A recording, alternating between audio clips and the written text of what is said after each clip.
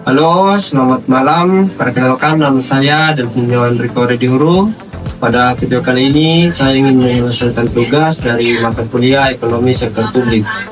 Pada tugas kali ini, kami disuruh analisis kebijakan fiskal yang ada di Kabupaten Sumba Timur dan apa dampak dari kebijakan tersebut. Pertama-tama, saya akan menjelaskan apa itu kebijakan fiskal.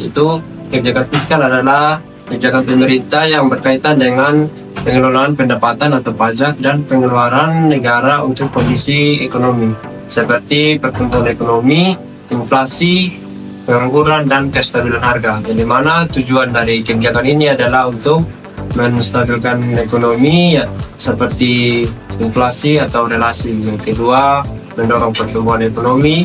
Yang ketiga, menciptakan lapangan pekerjaan, dan yang keempat, mendistribusikan harga secara lebih adil. Kebijakan yang pertama yaitu Gerakan Pangan Murah atau GPM untuk pengendalian inflasi. Di mana kebijakan ini pemerintah Kabupaten Sumba Timur melaksanakan Gerakan Pangan Murah atau GPM untuk upaya menekan laju inflasi. Nah, dalam pelaksanaannya disiapkan cadangan pangan murah atau CPP sebanyak 3.270 ton beras untuk periode Januari sampai Juni 2024. Nah, GPM ini dilakukan dengan cara berkolaborasi antara pemerintah Kabupaten Sumba Timur atau Pemkam, Perum Bulog Wengapu, BUMD, BUMN, peternak, petani, dan kelompok tani lain. Nah, dampak dari pelaksanaan GPM ini adalah berhasil menurunkan laju inflasi di Kabupaten Sumba Timur. Nah, data menunjukkan bahwa tingkat inflasi menurun dari 3,27% pada Desember 2023 menjadi 2,22% pada Februari 2024. Nah, penurunan ini mencerminkan efektivitas GPM dan menjaga kestabilan harga dan daya beli masyarakat. Yang kedua itu optimalisasi pendapatan asli daerah atau PAD melalui pajak daerah.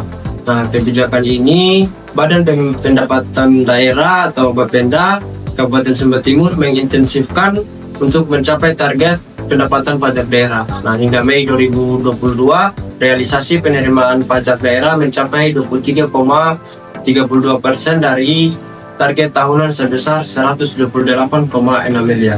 Nah, jenis pajak yang dioptimalkan meliputi pajak hotel, restoran, hiburan, reklame, penerangan jalan, air bawah tanah, mineral bukan logam dan batuan, PBB, serta BPHTB. Nah, dampak dari kebijakan ini adalah upaya ini meningkatkan kontribusi PAD terhadap APBD, memperkuat kemandirian fiskal daerah, dan menyediakan dana untuk pembangunan infrastruktur serta pelayanan publik.